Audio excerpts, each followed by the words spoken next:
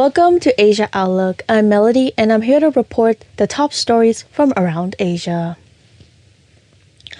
International flights to and from China are gradually being given the green light as countries seek to revive their struggling economies. Flights from Jakarta to Guangzhou and Shanghai restarted on Thursday.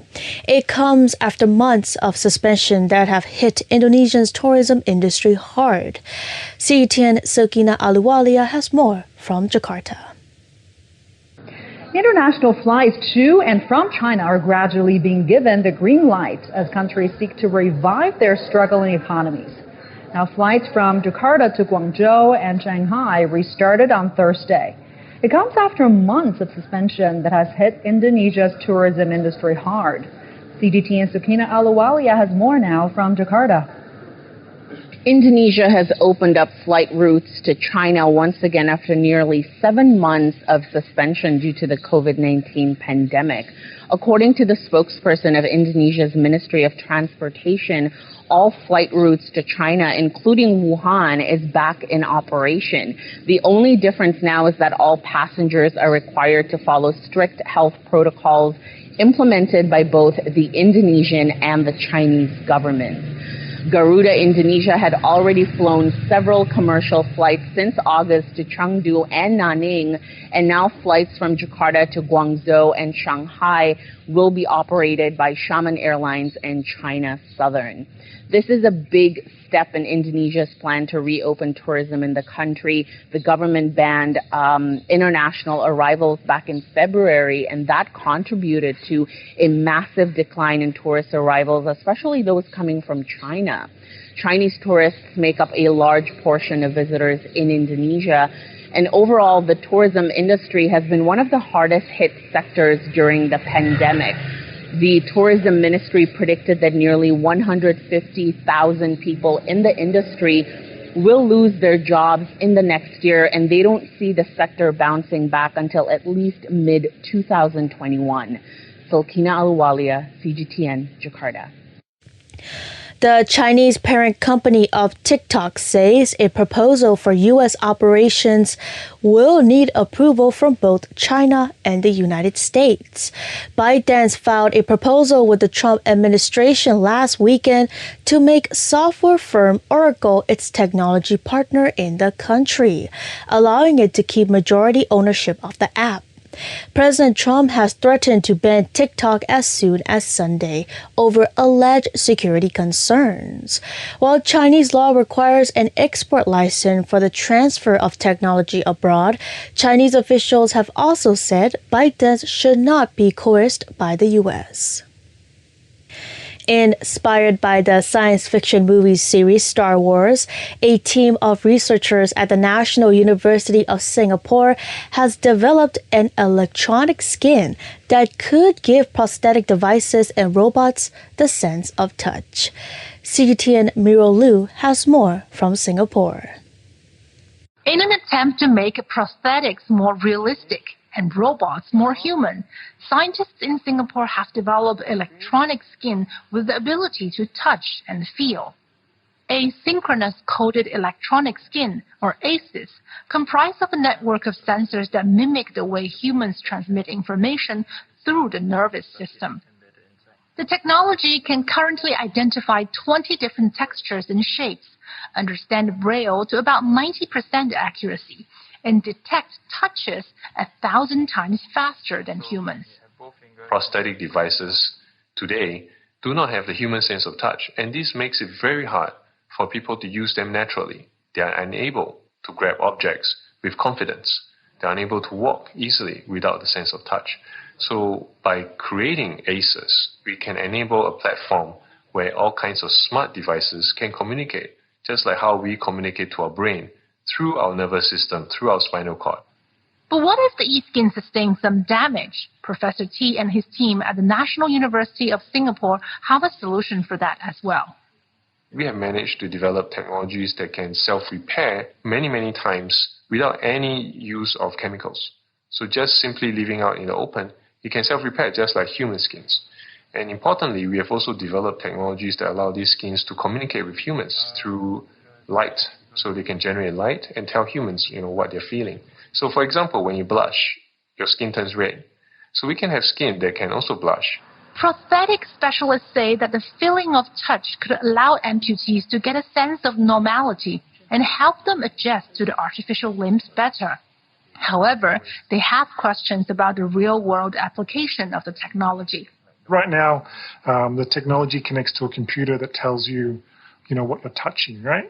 It's one thing to develop the technology to touch and to hold, but it's another thing to develop the interface between the brain and that technology such that the feelings or the touch make sense.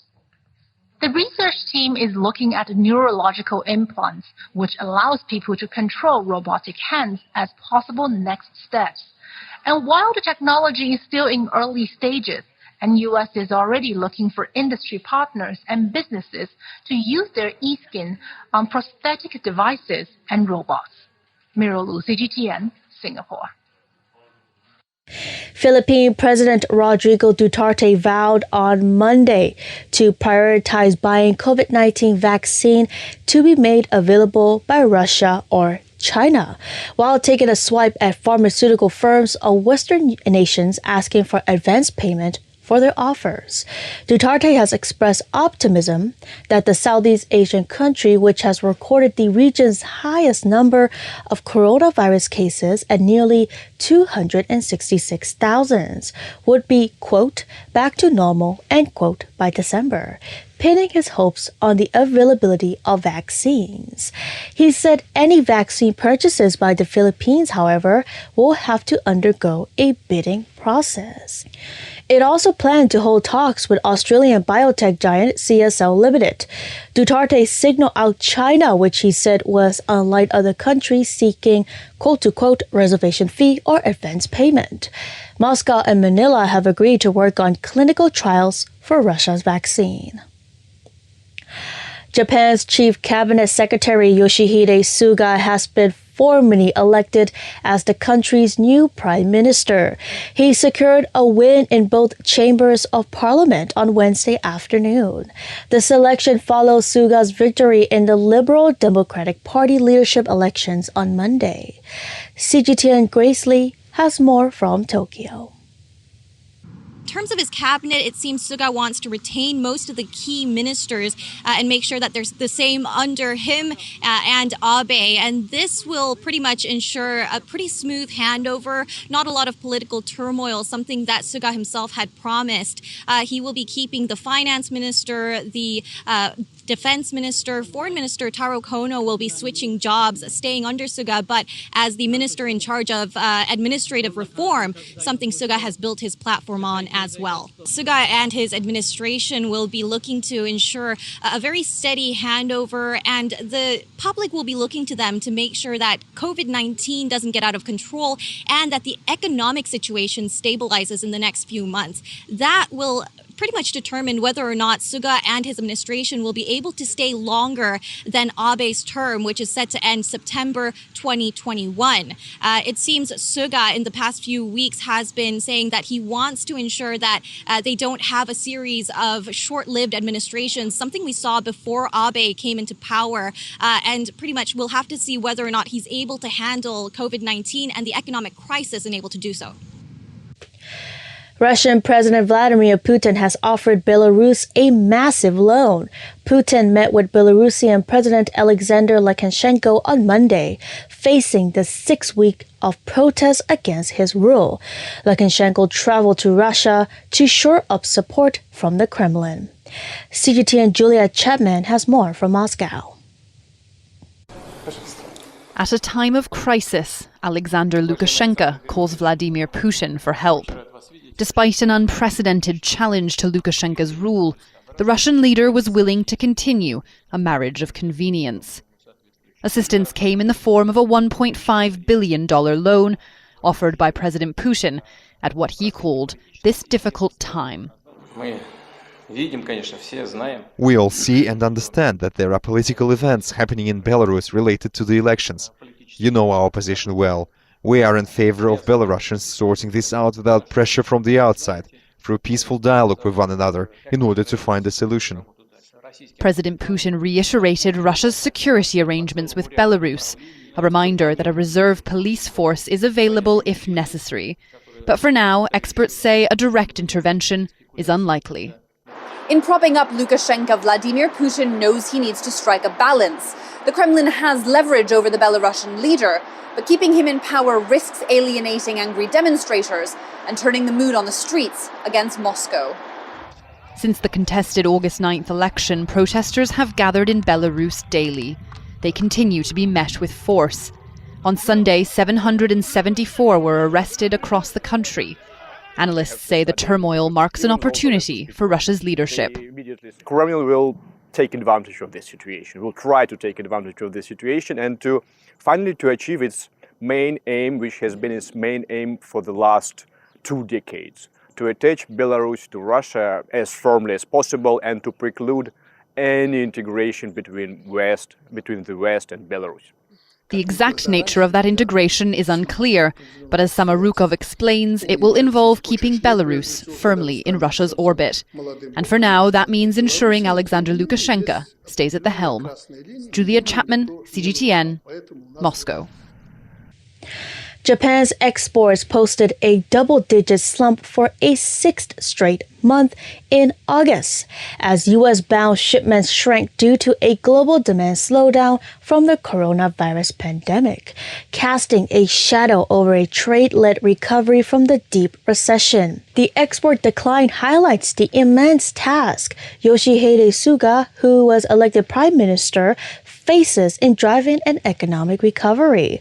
Official data on Wednesday showed total exports fell by 14.8% year-on-year in August, a smaller decline than the 16.1% expected by economists in a Reuters poll.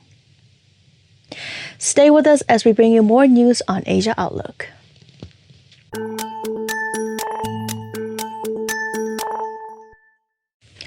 A huge sandstorm engulfed Turkey's capital Ankara during the day on Saturday, turning the clear sky into an orange haze.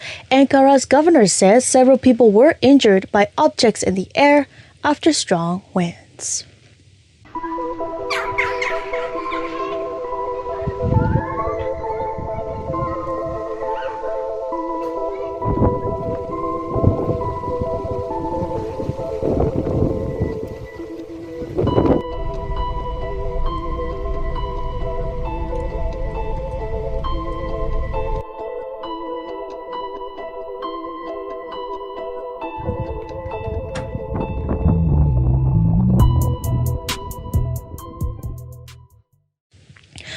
The World Health Organization is calling on governments to take 5 measures to protect health workers. Let's take a listen.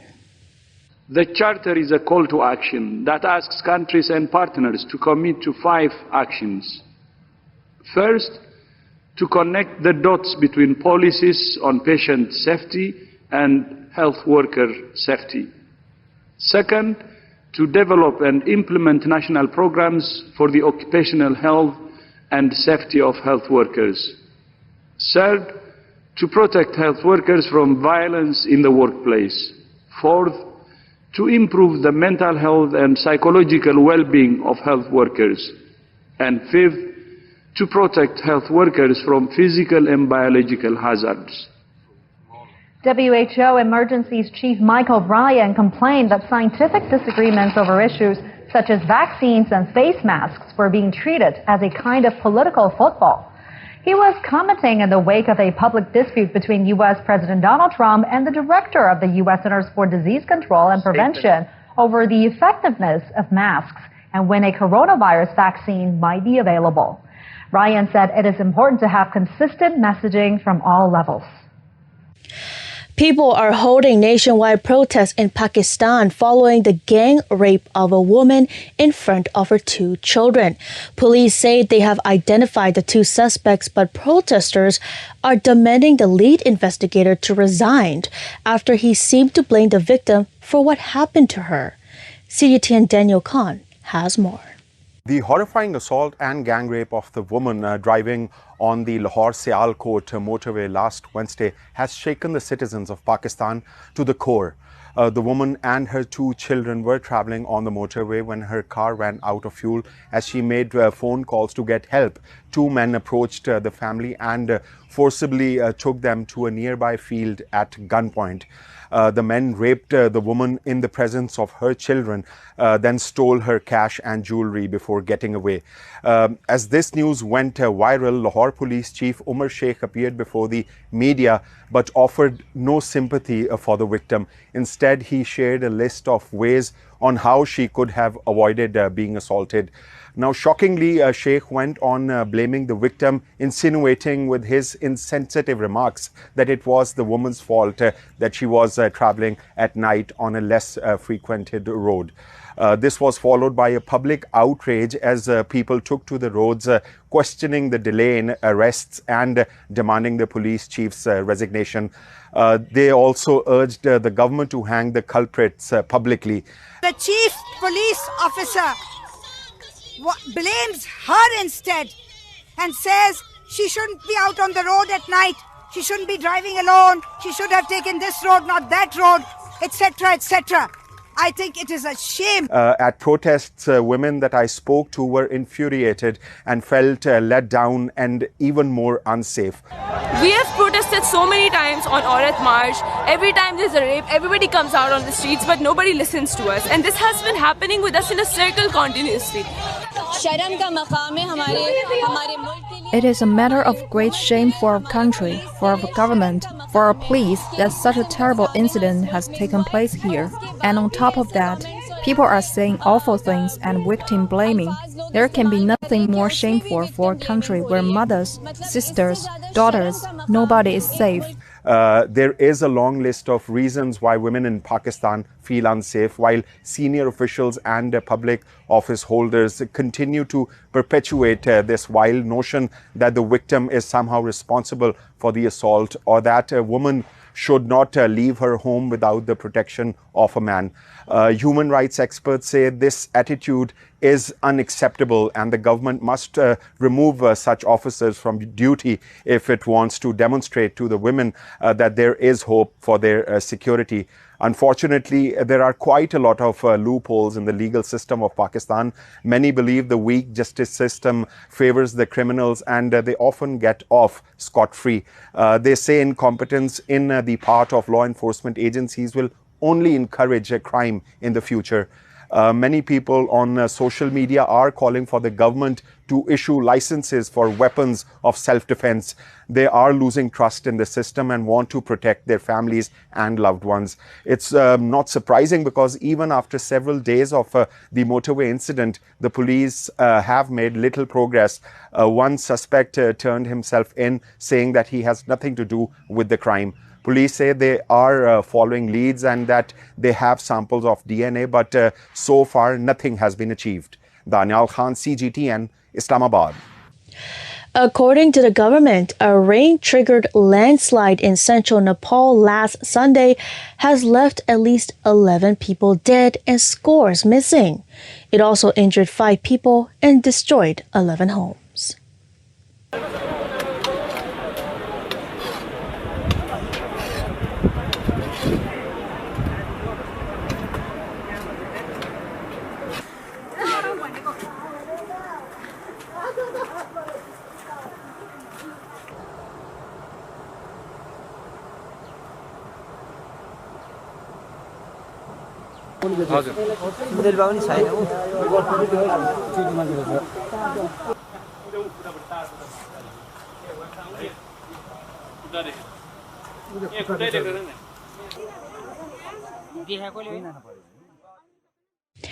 American officials have confirmed they received a bid by tech giant Oracle to become TikTok's business partner in the United States. Sources have said before that ByteDance will not sell TikTok's U.S. operations to Microsoft or Oracle, nor will give the company the source code to any U.S. buyers. CGTN Nathan King has more from the White House. The clock is ticking here in the US over the forced sale of social media sensation TikTok's US operations, after US President Trump set a deadline of September 15th, and over the weekend there was a flurry of corporate activity. The result? TikTok's Chinese parent ByteDance announced leading bidder Microsoft is out, data storage and software giant Oracle is in. Oracle says it will serve as the, quote, trusted technology partner of TikTok in the US. Walmart, meanwhile, had partnered with Microsoft on the bid, but now says it may switch to Oracle in a bid to deal with ByteDance. The US Treasury Secretary announced that the White House deadline is now September 20th, not the 15th, and they will be examining the deal over the coming days. It's going to go through a national security review in the next couple of days, and then we'll be sitting down and reviewing it with the president. But as we've said before, a condition of any deal is to make sure that we believe that the code is safe, that U.S. citizens' personal data is safe, and that the phones are safe. The plan seems to be storing TikTok user data from the US on Oracle's cloud servers. But the Trump administration isn't calling all the shots here. China's new export controls cover proprietary artificial intelligence algorithms, and CGTN reporting suggests that Beijing regulators may not back any deal with a US company. China's Ministry of Foreign Affairs had this to say.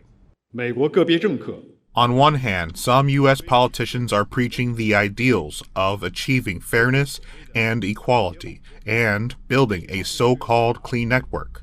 On the other hand, without any evidence at all, they generalize the concept of national security and abuse state power to purposelessly coerce and unjustifiably crack down on non-American enterprises that have taken the lead in particular fields. Whether Beijing would accept a minority stake in TikTok from Oracle is as yet unclear, as both governments are currently studying the proposed deal. What is clear is that TikTok is a highly sought-over asset here in the US. With 100 million users, it's very valuable, and the battle over this forced sale has attracted the biggest names in US technology. No financial details, however, have been disclosed. What may help this proposed forced sale is the fact that US President Donald Trump and the founder and largest shareholder of Oracle, Larry Ellison, are close friends. Larry Ellison has raised funds for US President Trump, and the current CEO of Oracle has served on the president's transition team. The US President spoke just 2 weeks ago, saying that he was open to a tie-up between Oracle and TikTok. Nathan King, CGTN at the White House.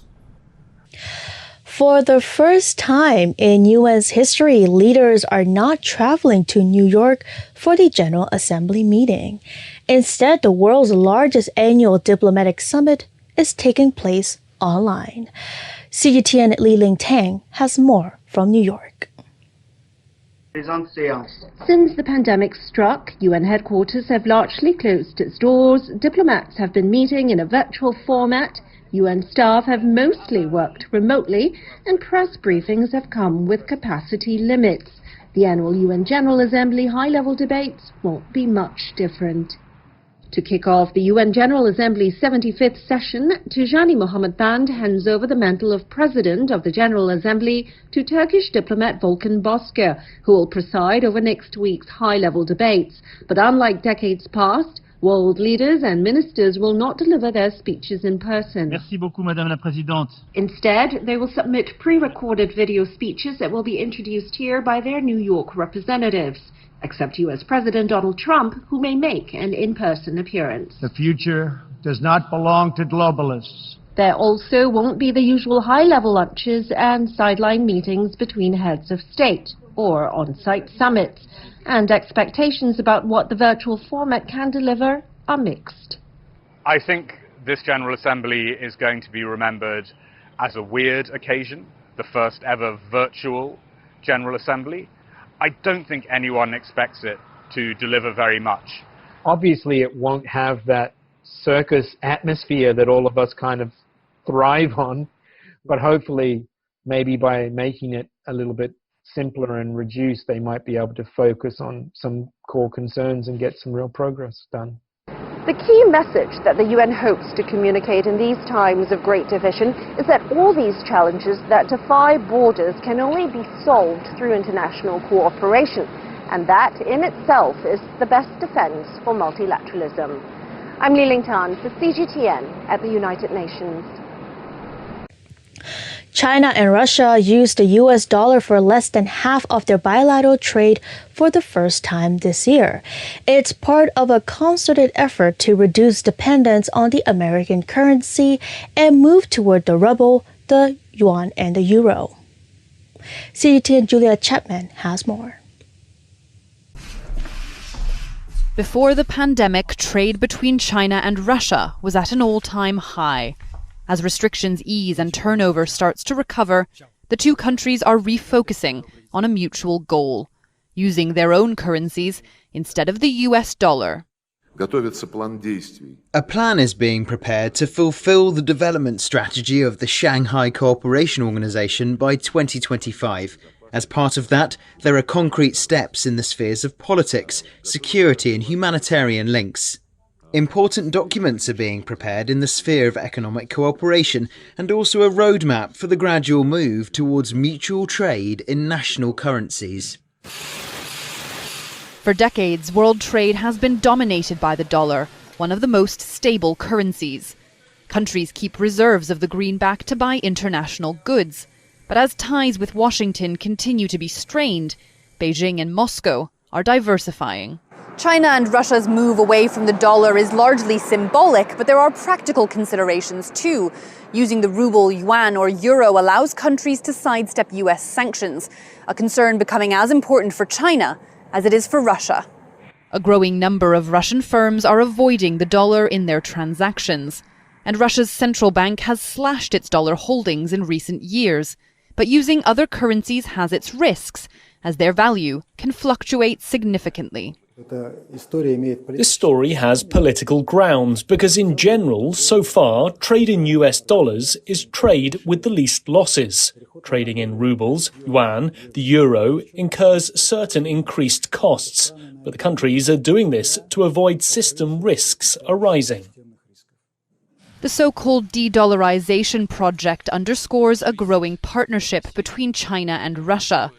Despite coronavirus-related setbacks, a goal of $200 billion in annual trade still stands.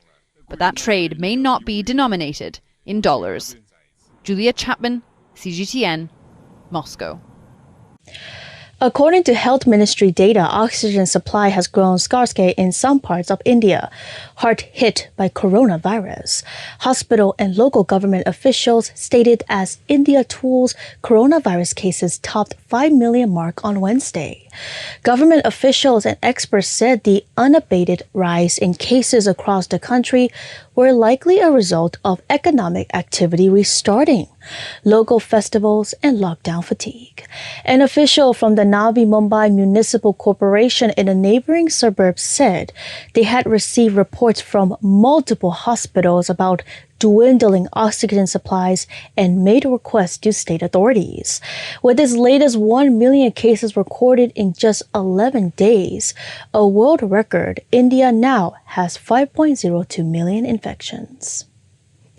According to the Civil Aviation Administration of China, an international flight operated by South Korean carrier Tuwei landed in Wuhan Tianhe International Airport on Wednesday, with 60 passengers on board, marking the resumption of international flights after an 8-month shutdown due to the COVID-19 outbreak.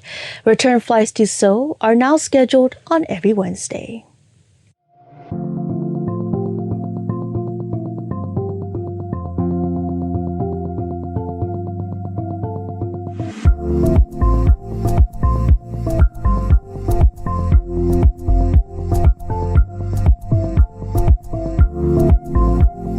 这条航线呢是我们天河机场恢复的第一条国际客运航线，本月内呢可能还会有1到2条。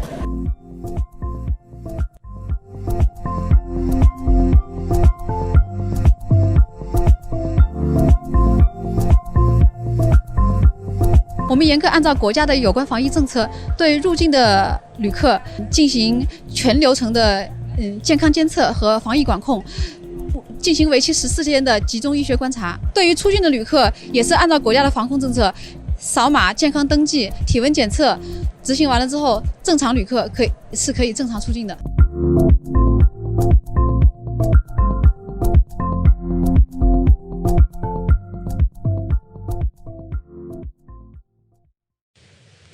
Chinese Foreign Ministry spokesman Wang Wenbin on Wednesday urged the Indian side to abide by agreements reached by the two sides regarding the recent border dispute after the Indian Defense Minister warned lawmakers of the border tension.